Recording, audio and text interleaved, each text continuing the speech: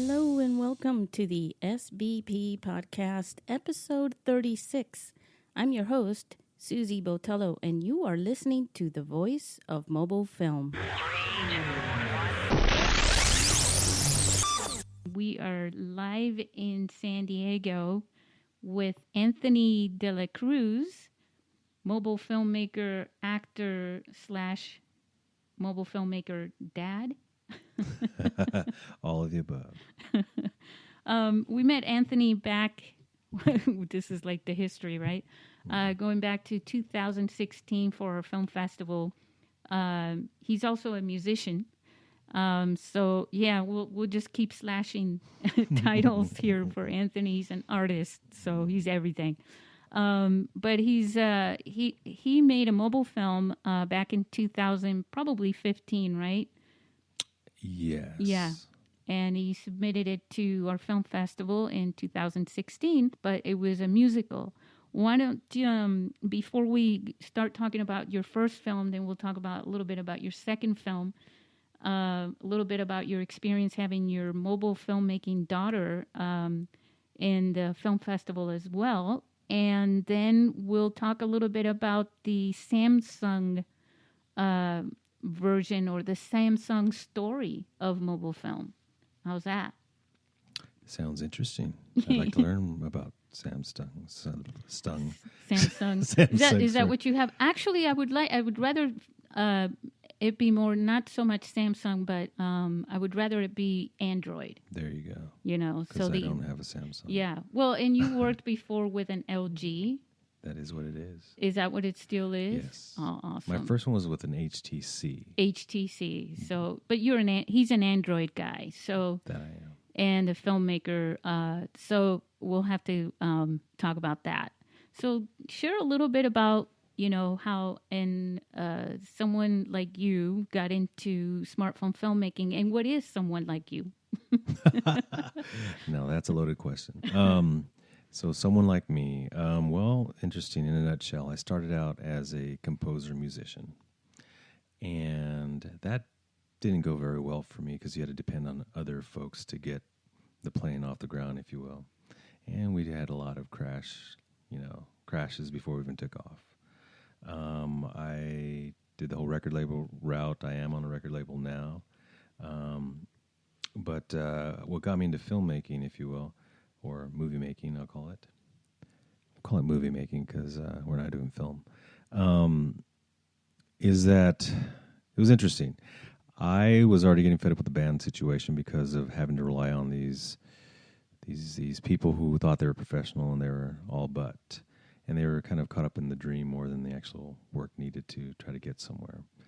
So it all came about when I actually wanted to get a free product that I didn't want to pay for, obviously, and they were offering free product if you made it into the infomercial.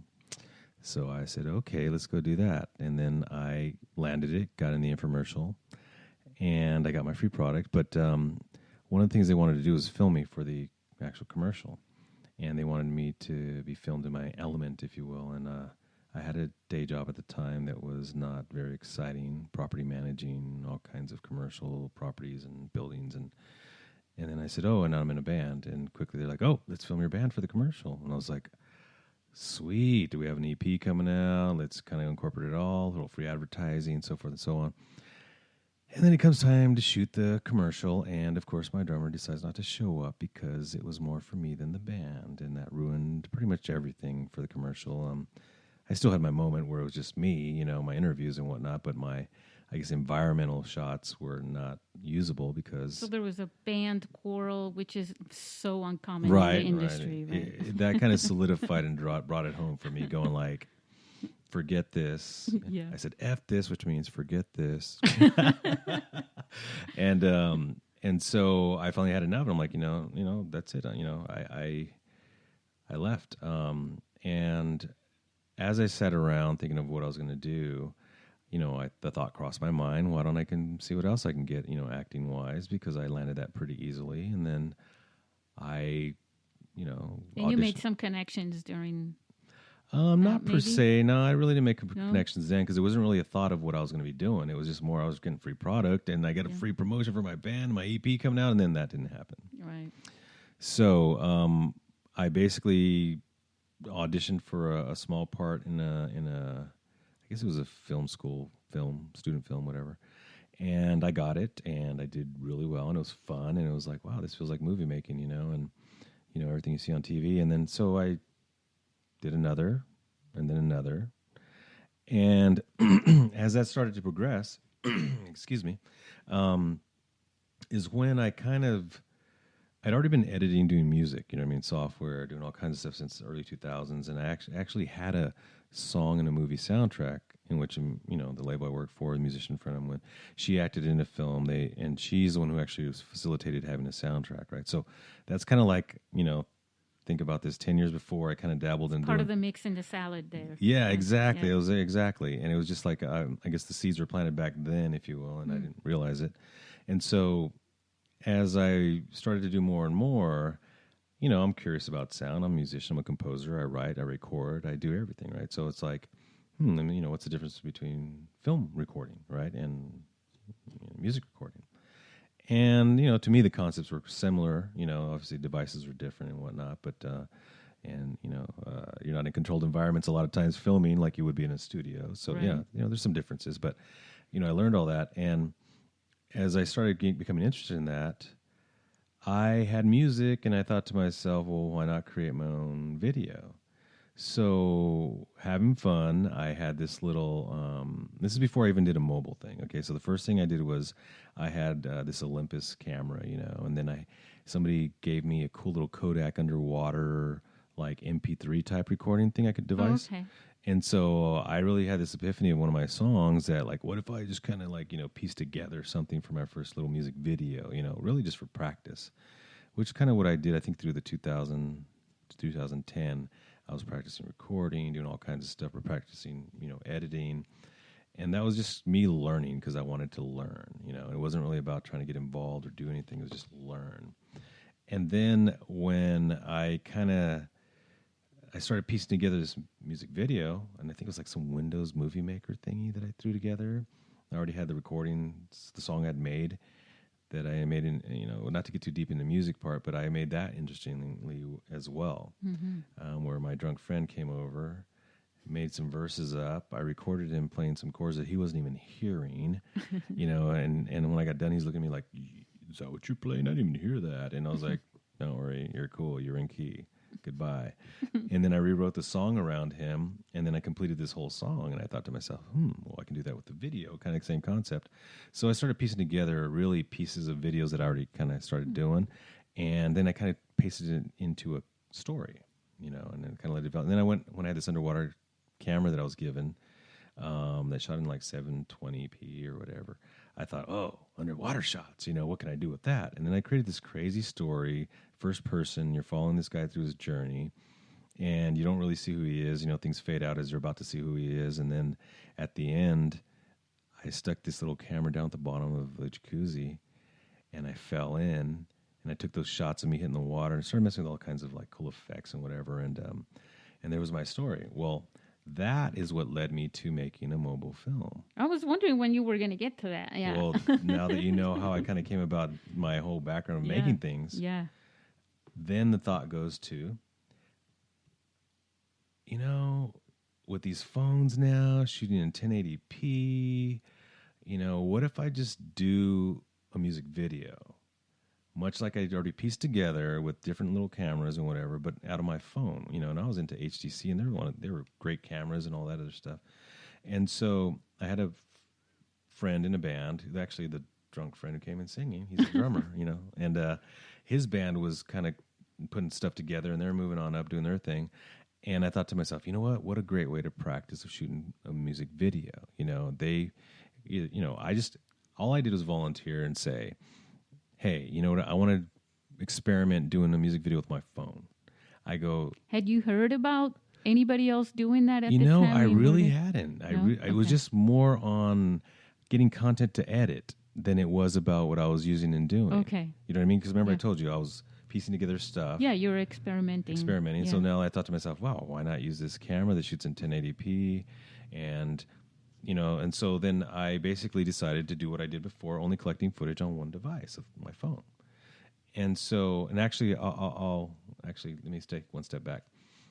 When I went to go shoot this, I asked my friend basically, hey, if you like it, free video. If you don't like it, hey, this is for me to practice, and I just want to learn how to do this. Yeah. Oh, yeah, sure, come over. So I go, and I take my Olympus camera, okay, and I have my phone. Ah, I see. Now, I want to put this together. I'm thinking, okay, I don't know what footage. Okay, I'll get some still shots, some static shots with my Olympus camera aimed at, I guess, more of a wide shot and whatever. Yeah. And then I'll get all this footage with my phone. Moving MTV style, crazy, whatever. And so when it came down to shooting, I did that. I placed a camera there and whatever. And, there's going to be shots where I'm going to be in it that I couldn't use. And there was some I could get out of the shot, and use them as cut-ins, Well, as I go to edit the footage I got from both cameras, there was a continuity issue. Mm-hmm. So guess what I stuck with? I stuck with the phone because that one had the movement, that had the, the zooming in, and all handheld, no devices at the time. It was my hand. It was easier to handle. It was easier to handle. Yeah. I could go a sweeping shot from the guitarist to the drummer to the bassist with my arm. Right. And I could, and the room wasn't very big. Even though it was wide, it was short. So it's not like I had a lot of room. So now that it's funny, years later that we think about it. Yeah. What other device would I have been able to use, right? That close. Yeah. So anyway, so I ended up putting this video together, and it came out really well. It was all, my phone shot in 1080. It was like crisp and clean HD. It looked great. I cut it together, as the solos are happening. I'm like zooming in with my phone, and again, manually, not, with my button. No, me just taking my hand and going right into that guitar, and doing all this great stuff. And then you also had great sound because you had the recording of the song not captured with the phone. Right, exactly. Right? Yeah. But you had a nice studio type of a recording of exactly that. So what I ended up doing was I had them play to their recording. Okay. So they played live to their PA system that was cranking their song, so they could go through the motions, hit the chords, hit the drums, but they were playing to their studio recording of their song. So when it came time to editing, You mean the video recording of their song? No. Actual studio recording of their actual song they made in the record studio. Oh. So they played to that. Okay. Live. Yeah.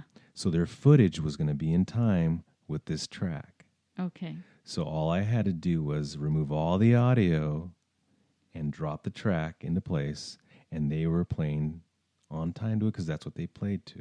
Yeah. So now I have a quality, clean studio recording of their music that now I just put footage on top of. Right. And everything fell into sync just like magic because it, again, lucky, who knows, but I thought they should play to the song because I'd seen some music rap videos, being made where they're just mouthing to it. And I thought, no, it's harder to do with rock musicians because they can't just fake the drum tap, right? Yeah. So then I thought, well, they have a loud system in there. But they have rhythm and they have beats and right. And that's so, and again, they recorded this. So therefore they could play this song as it's on the recording. Right.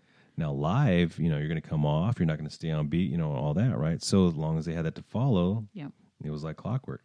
So what was amazing to me was being able to it makes sense, in theory, but when you drop it into your video editing and you're splicing to it and everything's just lining up perfectly, it's like, that's how you do it. You know what I mean? And so So now you're a music video, mobile video expert. right at the time. And so it was interesting though, and this is when I get in. So it might have been around 2013, 14 to be honest with you. So about a year after, Comic-Con's coming up, and everyone's all crazy about it. And I think I worked downtown at the time and everything, so I was all around it. And my friend's EP was finally ready, and I thought to myself, it'd be cool if I just did some crazy effect on it. I had this great quality HD live video, and I had put it out there, and people were like, ooh, cool, whatever. But during Comic-Con, I thought, what if I do a cartoon effect on it, And I messed with the tweak and everything, and it looks like an animation, whatever, went over the live video.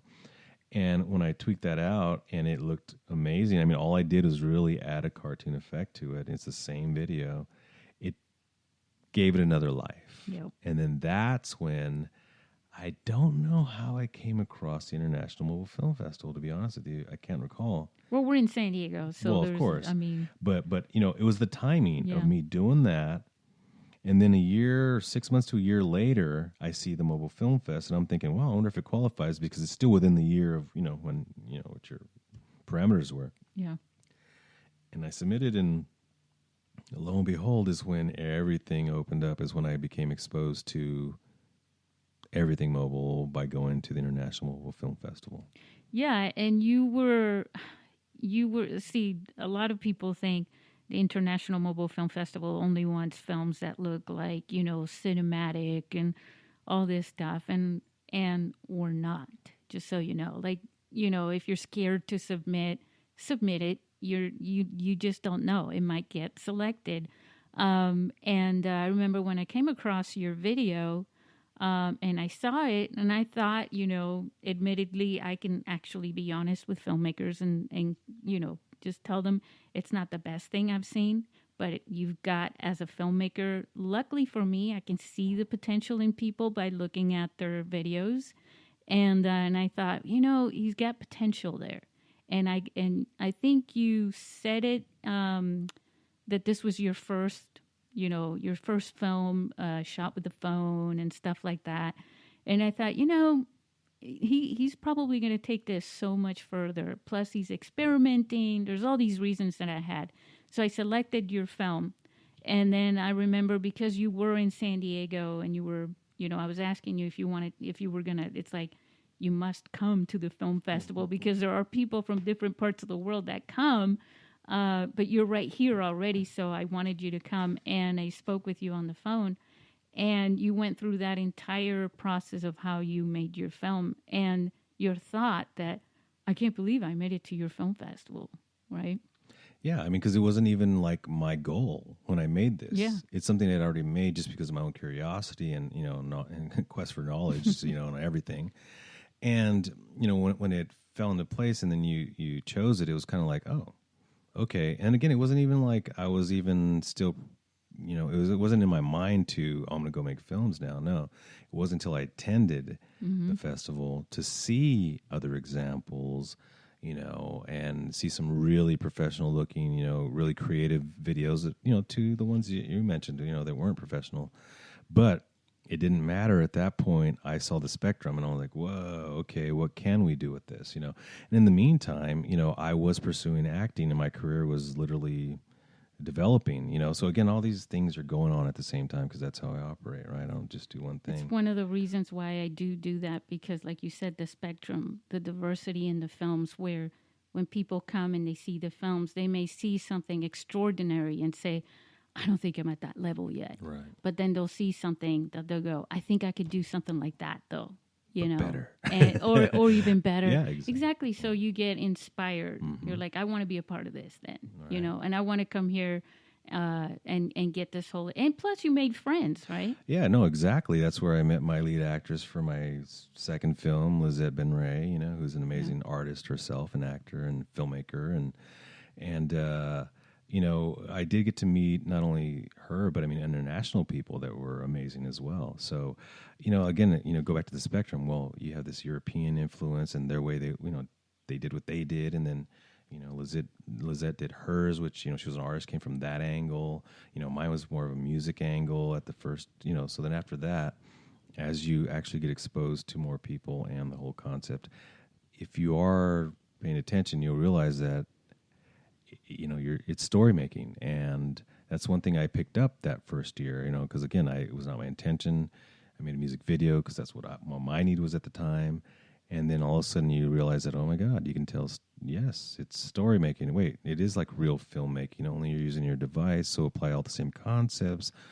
So it was interesting because only just a couple of years ago, and as you can imagine, technology are things like leaps and bounds. So it's crazy to think that it's only a couple of years later, and there's so much more available, so much more that's happened, so much more equipment that's coming. It's like, whoa, And then there was your daughter. Because Anthony was part of the Q&A panel, of course, like all the filmmakers in our film festivals are. And I remember you were in the Q&A panel. Do you even remember what it was that you said where I turned to your daughter and told her maybe you could make I think a movie? I was referring to how it was all ages, and what it was amazing about it is that it truly was that. Not only all ages, but just anyone, like you said, different professional levels, professional to non. And then that's when you segued into, as you do so well, into yes, it is all ages. And then you look over at my Yeah, because daughter. I've always wanted to get more kids involved. And, well, she happened to be, we're talking now about Miranda J. Mullings. Yes. She happened to be sitting right behind me, and she was like 10 at the time, 10 years old. Yeah.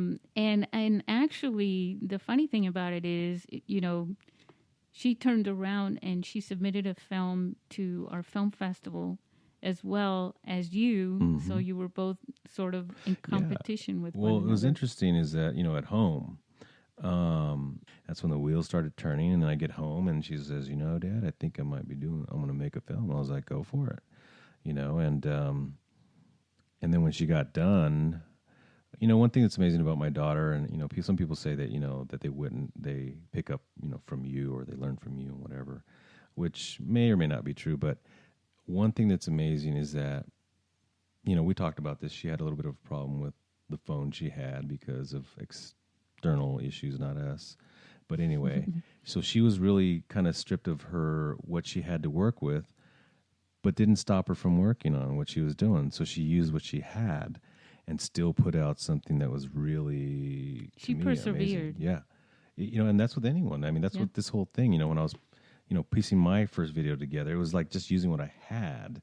I didn't go to film school and do all that, like everyone tries to do. And same thing with her. I witnessed it in her, she only had this to work with, comes back and shows me what she did. And I'm like, what? I'm like, wow. And I mean, since that day, I've really been just go, fly, do your thing, because she's got an instinct. She has an amazing artistic ability. Yeah, but she's obviously she's artistic as well, but she dares herself to and challenges herself. But there's a skill I think all kids need, which is when it lacks later in life, they really struggle, and that's perseverance. To learning to there's always going to be a roadblock here and there, but you know what? You just work your way around it somehow, and you keep at it. Yeah, I mean, I don't know if it's our environment, but I mean, I anytime somebody says, "Oh, I can't," and I look at him like, "Okay, figure it out." I mean, what do you want me to do for you, and it comes down to that, and she. I mean, the good thing is obviously have an example to look at or reference, which would be me. I didn't have that growing up, so I realize that even if you're not getting the answers, or that's where your source of information is, at least witnessing it gives you the possibilities, right? And so as she did hers and made hers, put her film together, came time to put a little music down, and of course that's what I do. So I have a track that fit perfectly, laid on top of it, boom, dropped, there you go, it was ready to go. But the rest is her. I mean, again, I let her do her thing. I don't get involved. Yeah. The fact that she can edit on her own, I'm like, do your thing, even if it's, I teach her, even if it's messed up, who cares? You're going to get better on the next one and next one, and so forth. And speaking of that, because she did a stop motion little thing, and it wasn't anything grand, but there was a story to it. There was a message, and it was a message about bullying, and that was so important. If you're looking at something that your kids do and you're just looking at it for face value, and you're not thinking about the message and the story behind it, you might just miss that, Right, and exactly. And that's the other thing, too, to think about is that you may have to practice and make a bunch of mistakes and maybe make a bunch of films before you get good at it. But if the story's there, your craft will eventually catch up to your storytelling. Always keep that story there. Yeah. That's what Miranda basically did. Her story was there, and even though this 11-year-old at the time she made it, right, pieced it together, I mean, you're going to dismiss imperfections because, hello, she's 11, right? Right. But the gist of the story is what, to me, was the main element. You know what I mean? Because she'll get better at making films. Right.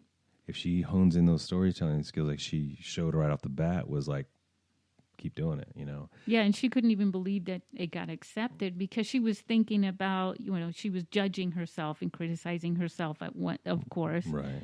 But also she was thinking about, the quality of the films that she had seen, and there's her little, stop motion with paper, crayons, and Barbie dolls, right? Mm-hmm. But it's, I think, I don't know where she's going or anything like that, but she'll look back on that and go, wow, actually, that was pretty cool. I can't believe I did that. Exactly. I mean, I'm stoked to witness it, and that's something that where I've gotten with my art, realizing that, art is a gift, it's something that needs to be shared. It's not yours. It's a gift given to you, whatever your faith or whatever you believe in.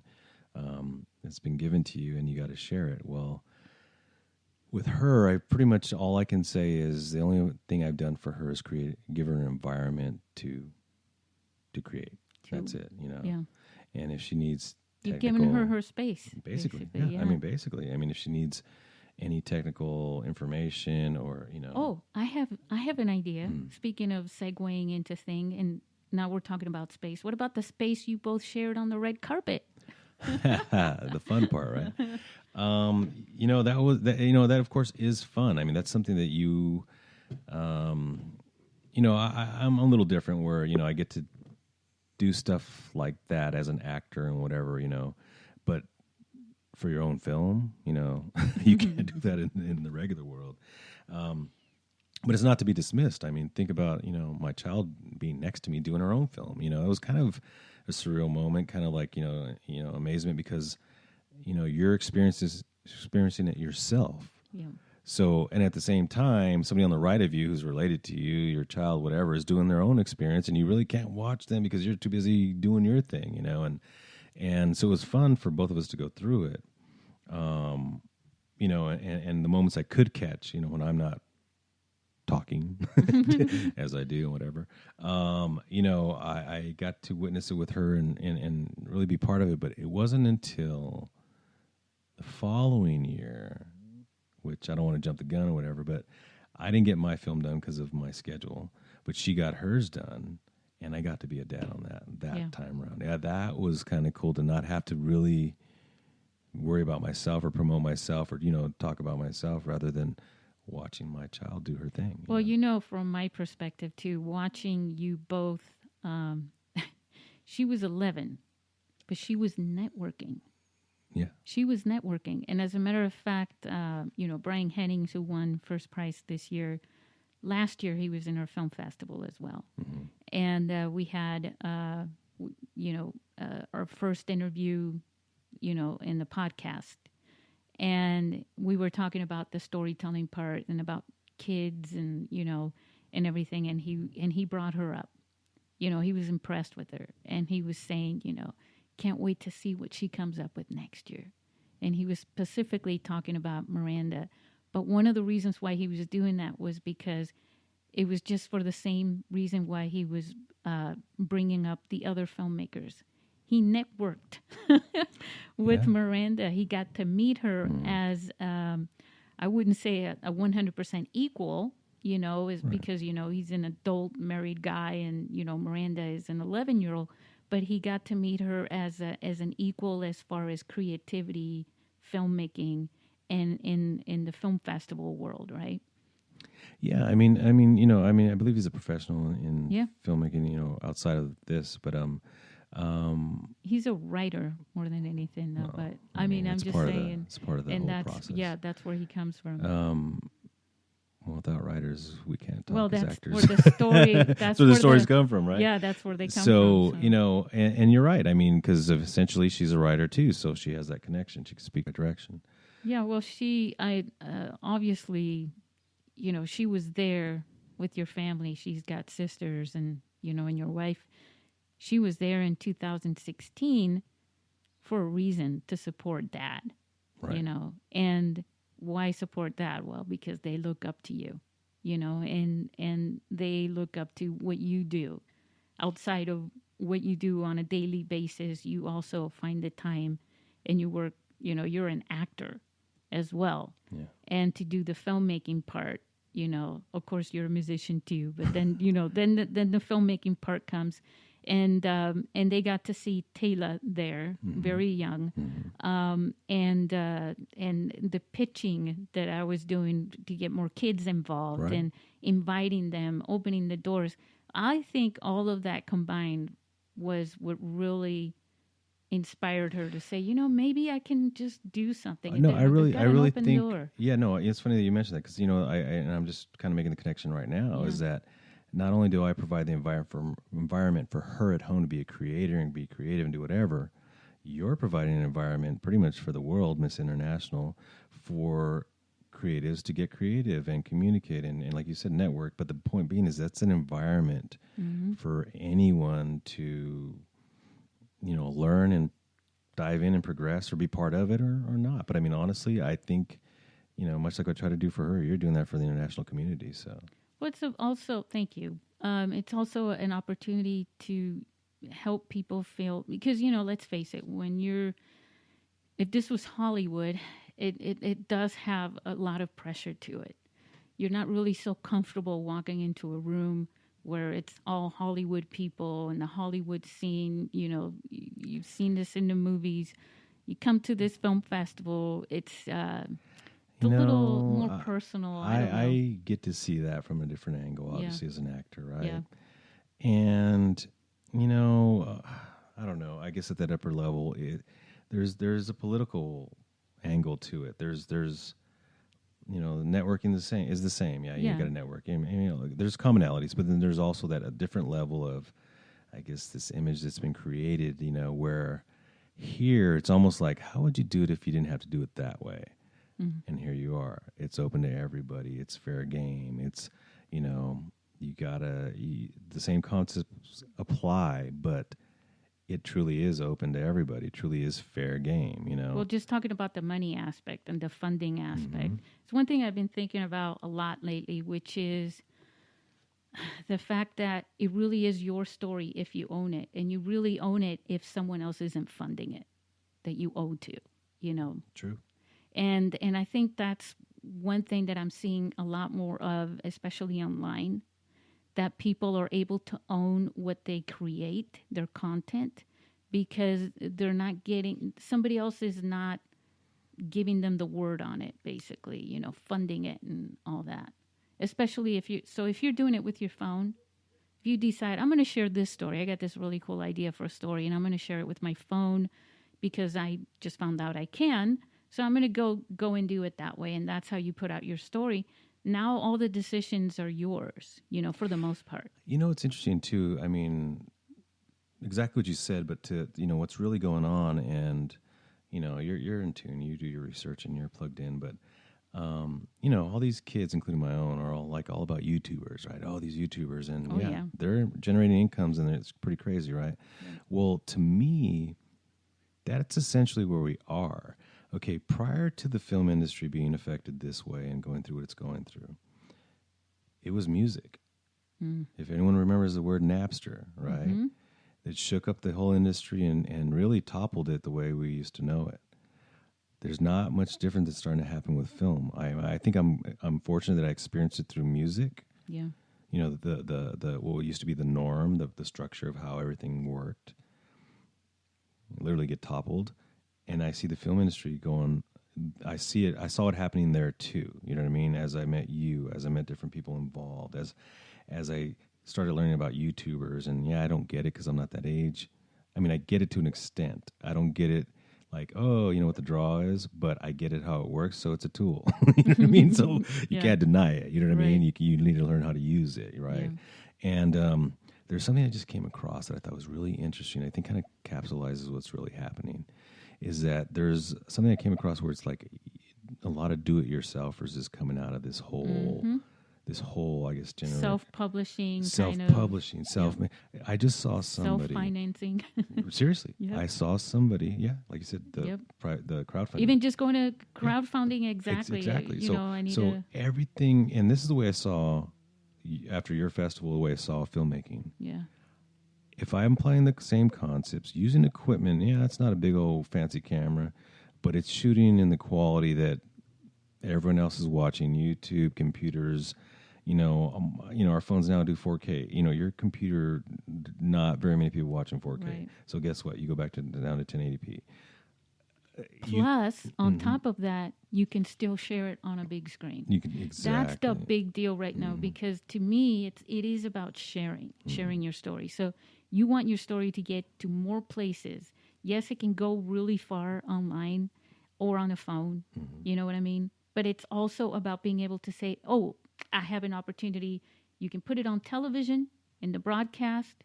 I mean, for people to say you need to have this, you need to do it that way, kind of gets me, because it's like, really? You see it on the news all the time. They're grabbing footage straight from people who don't have what you're saying that you need to have. Exactly. So it's a shift, Yeah. and it's happening because, as our film generation dies off, then our video generation will eventually die off. And then it's going to be all those kids that were on YouTube running the show, and they're all used to 1080p. They're all whatever it's going to be in the future, but they're all used to functioning at the not at the quality level that us older folks expect. You know what I mean? It's an it's evolution. Exactly. We're talking about these platforms, and then we're looking at VR and AR and 360, all that stuff, right. 3D, everything coming together. So that platform is lifting and evolving at the same time that our habits form and elevate as well. So everything kind of grows together. Right. But it does come down to this one element that we've been doing since the caveman days. It's the storytelling. The stories. Exactly. So it doesn't. That's how we connect. Yeah, exactly. I mean, even there has been Academy Award-winning films that didn't have the quality, but the story was there. Same thing applies to mobile filmmaking. Yep. It doesn't matter how awesome. I mean, you're going to do a decent job. You should learn what you're doing, but as long as the story is there, people overlook imperfections because it's really about the story. Yeah, and sharing them. Because it's one thing. That's one of the things I said it in this other podcast too. There's storytelling, which is a one-way road, right? One-way stream, me telling something. And the other one, which is story sharing, which is more of a back and forth and connecting, And to me, that's really important. So you also want your stories to be shared and to go around. And, there's nothing greater, I think, to most filmmakers walk into a coffee shop, let's just say. They walk into a coffee shop and somebody says, oh, you're so-and-so. Yeah, but it's not because, they made a movie. It's because they saw your movie. Mm-hmm. And that's what really gets them is, oh, you saw my movie?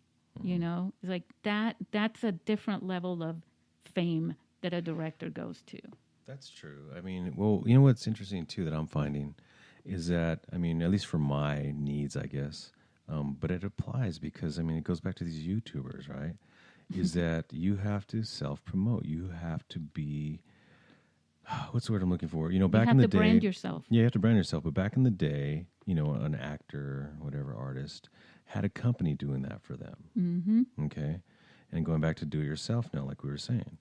You have everything available to you, and it's only becoming more and more available to you. And the old way of doing it is finding it harder and harder to keep a hold of what they used to do,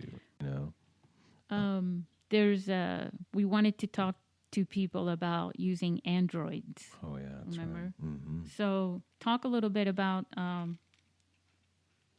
what are the differences between shooting? Well, you wouldn't know the difference between iPhone and Android shooting, but what's available on Android phones for shooting? So the reason I became an Android person is because that other phone that I won't mention, just kidding, is proprietary, right? You have to do everything through that system. You got to pay through that system. You got to pay just to do all this. And then Android, I found that it was like a piece, more like a PC. And if you just can think around problems and take something out of one and put it into another program, then back in, and next you got around your little problem.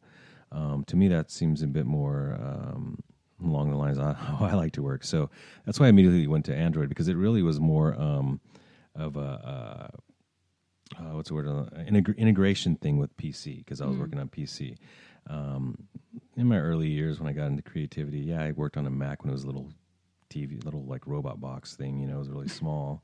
The screen's like 4 classic. inches. Yeah, the classic, right?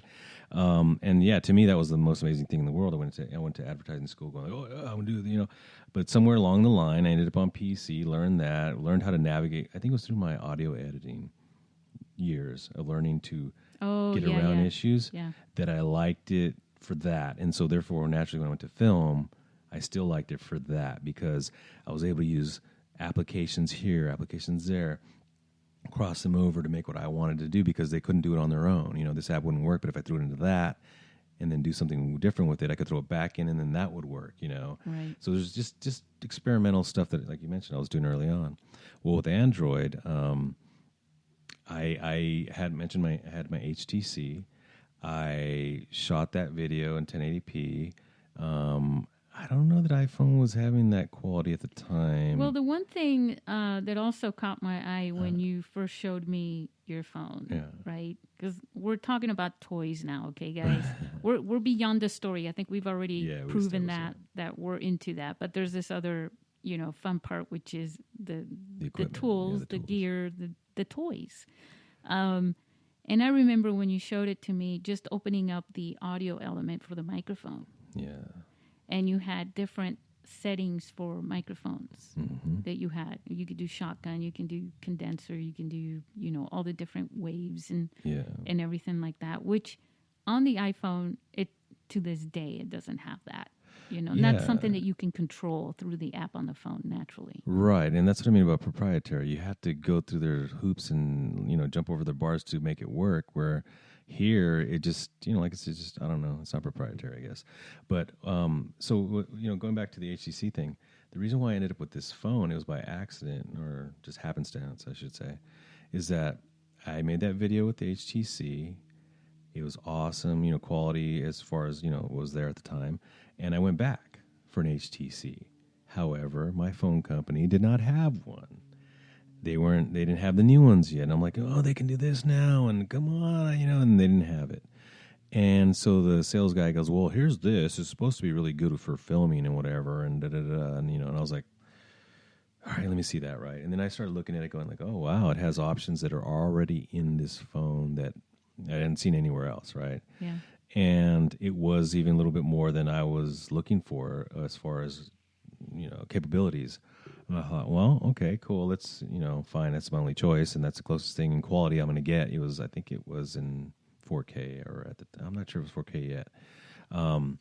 Probably was. I think it was. 4K came out before Apple came out with it. I think you're right. Because what happened was he says, I got this other option, LG. And I was like, LG, okay, I've heard of LG. They're good. Okay, let me look at it. They make ovens and right, yeah. And he's like, well, here's supposedly that it's made for filmmaking. Yeah. Okay, fine. So I got it, and it had a directional microphone. And there's like 3 microphones. All this stuff. I was like, wow, that's kind of crazy. So they give me this phone that has these cool capabilities, and I thought, it's a little bit more than I was looking for. But hey, I'll learn it and maybe do some cool stuff with it. So when I took that phone home, I did some research, obviously. I'm like, well, what's this phone that has this cool capability stuff? Has, directional microphones. It's got all kinds of control. It's got, this cool, like shutter speed. It's got white balance. It's got autofocus. It's got all this great stuff. And I found out that, and I had to look it up because I always butcher his name, Joseph Gordon-Levitt, the actor. He, when I was doing my research, he had this commercial that he was promoting the LG V10, which is the first phone I had. And he said that specifically this phone was made with Hollywood and LG, phone designers to make something that would make great video films and whatnot, right? So that's why you had directional microphones, 3 of them in there. You can control if you wanted to project it out or bring it back, and gain control. And as I mentioned, the camera had all these features. Practically everything that a DSLR has, practically. Not everything, of course, which, of course, then it's evolved even closer to that. But anyway, I'll get into that in a sec. But anyway, in a nutshell, I had this phone going like, oh, my God, this thing can do what? And as I learned, speaking with iPhone folks, there are apps that allow their iPhones to do some of these functions, and only my phone did it naturally, and it was all there, and I was like, whoa. So I set out to make my second film. And Take 5. Take 5, yes, exactly. That's the name of the film, guys. It is the name of the film, yeah. And, I was drawing from something, as anyone should, when you talk about storytelling, story making, draw from what you know. That is key. Not everybody walks your footsteps. That's what the third prize winner this year did with that movie, The Actor. That's right. Where she went into casting calls and doing the auditions, and she won an award with that. Exactly. So my film was pretty much similar. It was interesting because it was as an actor, you realize that there's a lot of hurry up and waits situations, in filming, auditioning, whatever you want to call it. And, sometimes you over prepare for things, sometimes you under prepare. And for auditions, you're waiting, and all of a sudden they're not ready, and then they're ready, and then you're not ready, and it's nerve wracking. And I kind of thought about, what an actor goes through sometimes when you're like there, ready to go, and all of a sudden they want to stop and pause for something, that you may not be so important to you. And then you're stuck, like, I was ready.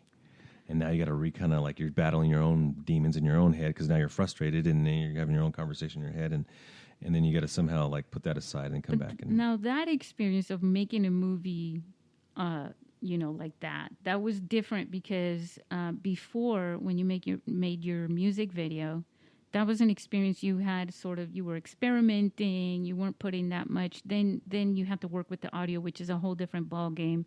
That got you, thinking more about it and everything. But with this film, you already had been to the film festival. You already had, talked to different filmmakers. You'd already sort of seen what was out there. You had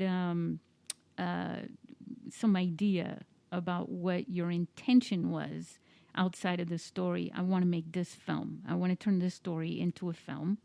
I want to shoot it with my phone. So it was like, okay, now you are in mobile filmmaking mode as opposed to I'm just going to shoot a video with this band and experiment with my phone. Right, exactly. So I was basically thinking about how do I apply my knowledge from acting and being on, real film sets and all that mess to the phone's parameters, what the phone can do. And, in a nutshell, I figured out it's pretty much almost the same, with anything, when you're working on big cameras, you have to switch lenses because certain things don't work in certain situations. And same thing with your phone, Luckily, I had 2 f-stops. I got wide angle lens and I got a, nice tight. But like anything, I had to work within the parameters of the phone. If I come out of those parameters, then you're going to get some ill effects, whether it's pixelization, jumping. It's just stuff, so you have to think about that kind of stuff. And so as I move forward on it, and I have my idea based on what I knew, I thought it would be a great situation. I thought of Lizette, actually had a few actresses in mind that I was going to use. And Lizette was like inspired by the story that she sent me a taped video audition, excuse me, before I even asked for it. And you met in the film festival. I met her at the film festival, and what was great is that she already had an idea too as an actress, because there is a transition, a segue that needed to happen with those working in the industry, accepting and willing to move forward in this kind of new media, if you will. Yeah. And so the fact that she was an actress, that one of my peers that was already exposed to mobile filmmaking, she was all for it, where the other actors I was speaking to, they had questions, and that's fine, but I was already in the mode, like, I don't have time for questions, what I mean? Like, I already know what I want to do. And Lizette was on it right away. So when we went to go film this short film, my experimenting continued. I was messing with apps. I use this one little app that my kid uses that helps you simulate music video, speed where the subject is not moving as fast as the background. And I thought, wow, this app can do that for kids. And then my mind, of course, as it does or doesn't think, all of a sudden I thought to myself, well, what if I use that app for the video, but I don't need the audio because I'm going to put my own audio to it, much like I learned in that video that I made for my friend's band, right? Exactly. So again, things all apply. You learn them somewhere, different places, and they all apply later, And so I used that app to get the effect I wanted. And then I took the audio off because it's not what I wanted. Obviously, I had something else in mind. And next thing you know, I layer that on top, and then all of a sudden my visual is exactly what I was looking for. And of course, my audio is what I want because it was another thought, right? Right. So as I learned making this film, I was able to shoot angles that you can't do with big cameras, like wrapping around a person's body who goes right by you. In a regular film shoot, the camera's so big, you're kind of stuck in one position, and you can't move around the subject as they go by you. You can do that with these big old jibs that they wear, these anti-gravity kind of floating little devices, but guess what, how big that thing is? You can't fit in a hallway around a person, but you can with the phone. Where did I get that idea? The year before, there was a video where somebody stuck their phone on a model train. You can't fit any other camera on there. It sat on the back of the caboose, and you had a first-person view of what it looks like from a train in this little world, which is no different from the big world, but it was all miniature, right? So I thought the same thing. That was the first prize winner in our very first film festival. That was Michael Corbell's film, The Apple of My Eye. That's funny. Something like that. So, you can draw from everywhere, obviously. You know what I mean? What maybe or may not be my thoughts maybe came from witnessing something at the festival. You know what I mean? Yeah. And so let me take one step back and I'll get you to this. One step back is that when I started editing my footage on PC, right, I was looking for the best editing application out there for PC. Okay. I am, because of this, the way I came into this, I was not looking to go into the professional stuff that everyone uses, the industry standard, which I don't like that phrase. Right. Because quite honestly, there shouldn't. The industry is evolving. Right. Thank you. Yeah, exactly. Right. They're catching up to what I already. Anyway. So, so I started looking for like what's out there. You know what I mean? Yeah, you got your dang freaking pro, whatever. Final Cut Pro. Final Cut Pros and your Premieres and all that. Avid. Avid. And don't get me wrong. I'm not, they are professional stuff. Don't get me wrong. But I'm like thinking, why not continue this path of like what else is out there? What's coming? Well, if it fits your needs. Exactly. I mean, like with iMovie, for example, you only have 2 video tracks that you can play with. Where I've worked on videos for years, and I've had up to 7, 9 tracks sometimes of video where you're lining things up and you're layering and things like that. But you don't need that many, for certain videos and for most videos. And if like I think our old recording skills that I had from there, of overdubbing or laying over things, you know what I mean, and like you said, layering, and so you can kind of work within 2. Just got to go back and forth. Well. Yeah. So as I did my research, I found that Power Director was like the, computer magazine. Everybody's like, oh, this is the one for PC, right? It's amazing, whatnot. And I bought it, and I was like, this is easy. This is cool. Oh, it does everything I need, and it fell into everything I was doing. Well, as the years go by, you get to Power Director 9, Power Director 10, it keeps climbing, and they keep adding features and way amazing stuff, right?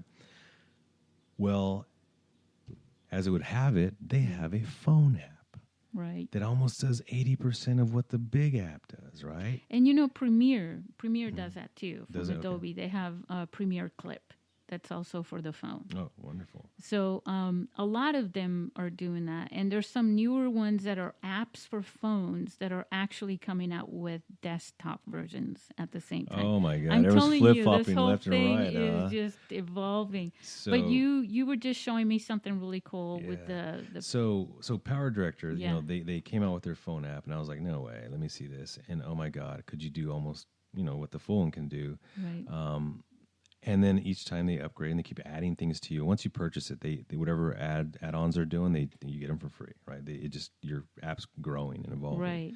And so I started using the phone app, okay? And we're talking in this past 6 months, maybe to a year max, where I started kind of editing after Miranda. Hello, my daughter's teaching me, and I expect to be on her movie set one day too. Yeah, is that she did all of her editing for these 2 films on her phone, and I thought, no, that's crazy, man. I can't be looking at this little screen doing this whole thing. No way, And so I'm on a laptop. Yeah, boom. I'm going to do that. Yeah, and here I am now. This year, I edited my first little clip, video behind the scenes. With music, titles, footage, everything on my phone. And I'm like, oh my God, I can't believe I did the whole thing on my phone without ever going to my laptop. And now my laptop seems like it's too much to bring out. And then next, I do another video, and then I get people going like, "Dude, that's so cool. We want to see what we like seeing what you're doing, And so when I go lately, when I go on, a commercial shoot, movie set, whatever, and I start filming footage of the fun things we do back and talking to people, and then I'll take some stills, and then next I do this behind the scenes video with music. I can do word graphics. I can do all kinds of great stuff, effects. And how long are those videos, by the way? About 3, 4, 5 minutes max. Okay. I think I've done. Yeah. And because you don't want to bombard everything. I mean, you wouldn't want to do a feature, right? Exactly. You know what I'm that's saying? the whole But point. yeah, it just. And so as I do another one, and then I do another one, and next it's getting faster, and I'm like starting to experiment with the apps. And I'm like Susie was saying, my application allows me to do like 2 tracks, multi-layer video tracking, only like 2. Mm-hmm. Well, I just got an update this week for multi-track recording, Very video, audio, and I'm like, oh my God, it's even falling more in line with the full app, right? And then as I get better at messing with this thing, all of a sudden I'm like, why? I'm not even bringing my laptop out anymore. This is ridiculous. I can't believe I'm even saying this, that I'm actually editing on my phone now.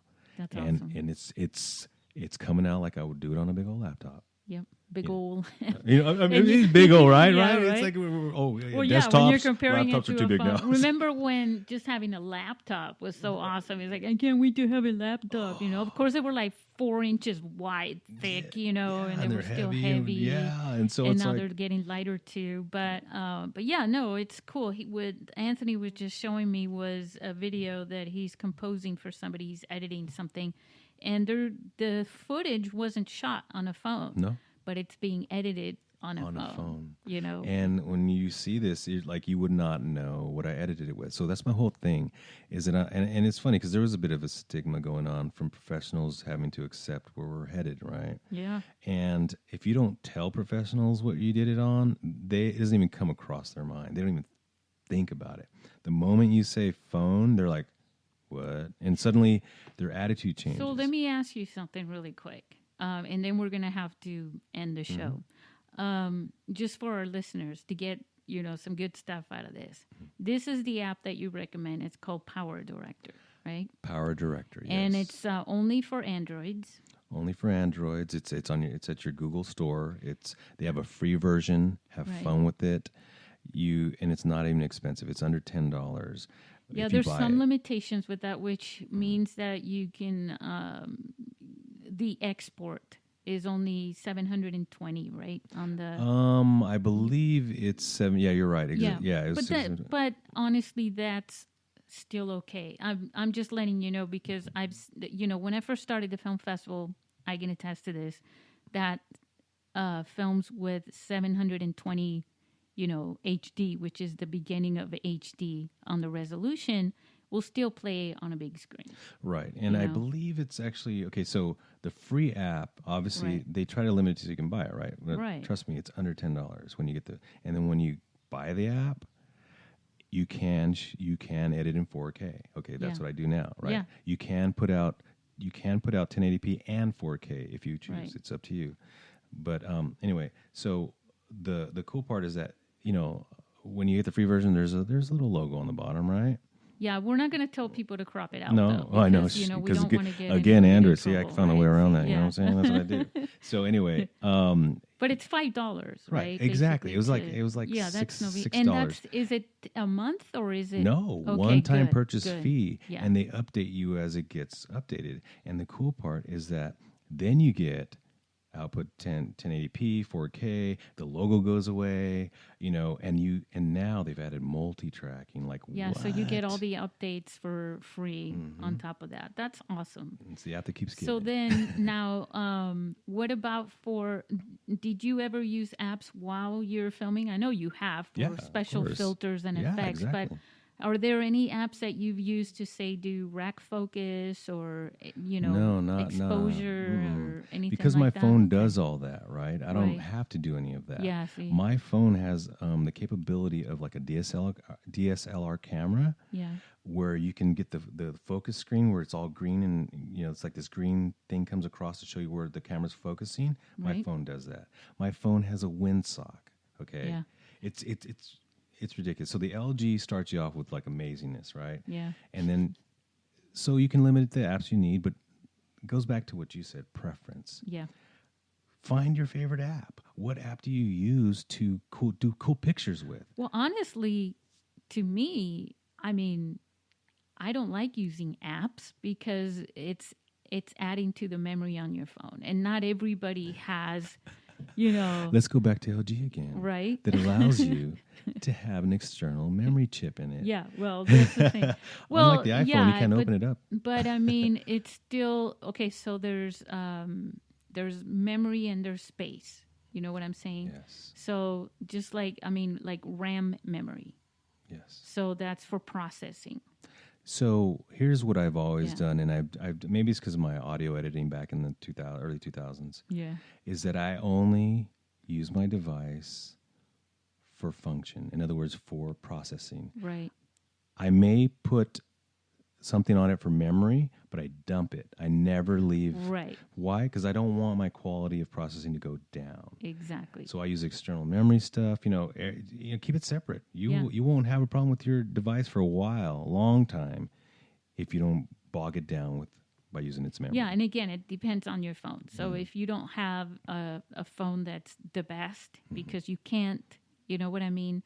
Using an app won't degrade the quality of what you're doing. Because I've had people have problems with audio syncing and, things, well, that actually glitches and things because they're using an app because everybody's recommending some app or something. And it's really putting a drain on their Yeah, exactly. their So what system. happens also, So, too, that I just learned recently, believe it or not, somewhere else, is that when you're transferring audio, it has to be at a certain hertz. Yeah. For it to line up with your video. And I just learned there's a math to it. 16-bit, right? So the 16-bit, you have to have 44 whatever hertz, so it'll line up to the video properly. Otherwise, you're going to get this delay that eventually down the road comes off, right? And I've had friends. It's so funny because it has been a problem in the past, right? And I've had friends who, they're DSLR user and they just can't. Oh, it's not the audio's coming off. Well, it's because the numbers aren't when matching. You're external recording. That's why you can't. Well, that's why I always tell people in the end, Google is your friend. True that. That's you know what, and you know what you said that I want to add to that. Yeah. Google is your friend. If you have any questions on how to do something, it's out there. Yeah. How do I record? How do I film this? How do I do that? It's out there. Well, here's what I tell people when I do workshops and things. I say first you get out your phone and you start recording stuff just for pretend. Let me pretend I'm making a movie. Then let me pretend I need to light this better. Let me pretend and keep pretending.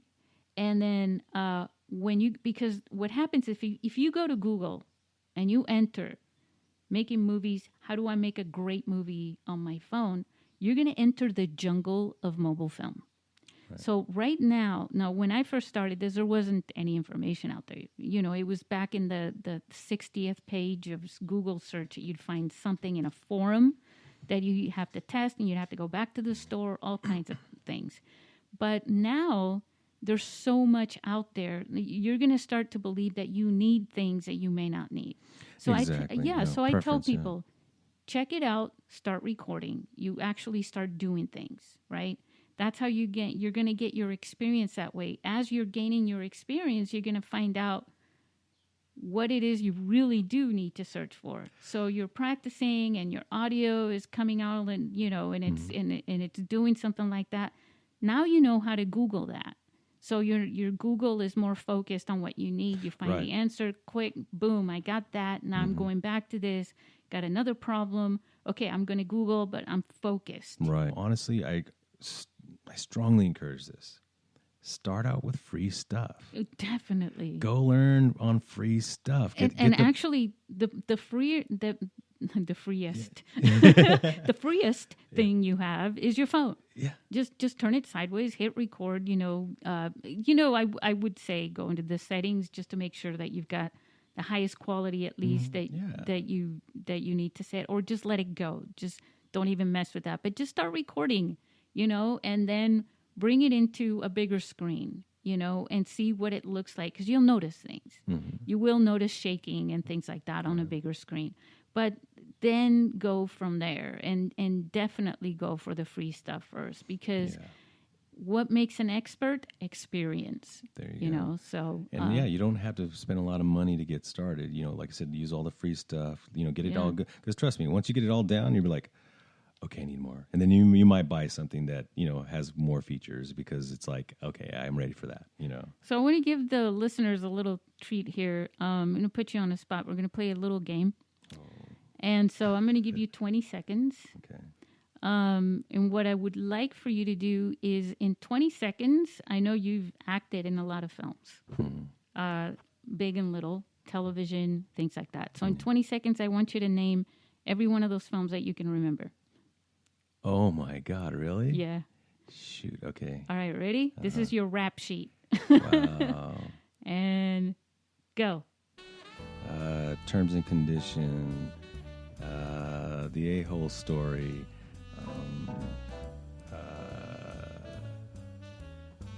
It's Not Porn, Turbulence, Pitch, oh my God, I suck. Oh my God. Honestly, with those 20 seconds, I wouldn't have gotten through my list if I was able to do it one per second. But what was that one with the female president or something, or the president's wife? That was I know you posted that when it was like a series on Netflix. Oh, Ingobernable. What was it? Ingobernable. Ingobernable. It's a Spanish Kate del Castillo, who was El Chapo's little actress interest that he was in. Remember with the whole Sean Penn thing? Oh. It was her series, and that was interesting. Yeah. He's Anthony's been around. Right? And here's something cool. Little plug. I just saw the trailer for season 2 of Drug Lords on Netflix, which I will be in the El Chapo story of all. I don't know. El Chapo seems to be like the thing right now, huh? Or it's I don't know how I end up in them, but I'm around. Well, I'm around El Chapo. It's weird. But no, so that'll be coming out. I'm looking forward to that, because that was like over a year ago. It's just weird to get those Facebook reminders, like what you were doing last year at this time. I was on that set. Yeah, and acting is a whole different game, because you're there for a few weeks or a few months during production, and then you walk away and you don't know where that's going, if it's even going anywhere. The way I say it, like I said, it's just plant your seeds, keep walking, and then hopefully roses pop up behind you. Because if you wait there for that rose to grow, yeah. Hey, I'd say the same thing with these films. Make a mobile film, put it out in the film festivals, and keep rolling. Keep your cameras rolling. Keep doing more and more and more. Yeah, Learn more. I mean, like I said, I incorporated it into my filmmaking. Now I have these cool little behind the scenes videos that I make, and people are actually. I know, I love it. They're into it because A, I'm doing it all on my phone, yay, and then B, it kind of gives you insight. So do record your life. I mean, you got a story. I want to add a little something here that was a really kind of amazing, I guess, moment, or at least a point in time where I was able to witness, experience. Yeah. Not only my daughter having her own film and watching her do the thing, but what was amazing about this last year is that 3 innovators, 3 people from different parts of the world. Pioneers. From the day back then. We're talking 2 of them had Nokias. Okay. Yeah. In different parts of the world, making their own little mobile film, really experimenting with it. 2009, when was it? 2007? Wait, as far as back. So you're talking about. I'm talking about all 3 of you. I'm not talking about one specific. Okay, so 3 people from different parts. One of them was making films. Mm-hmm. The other one was experimenting in New York and ended up teaching it at NYU. It teaches it. And then there was me, who was just.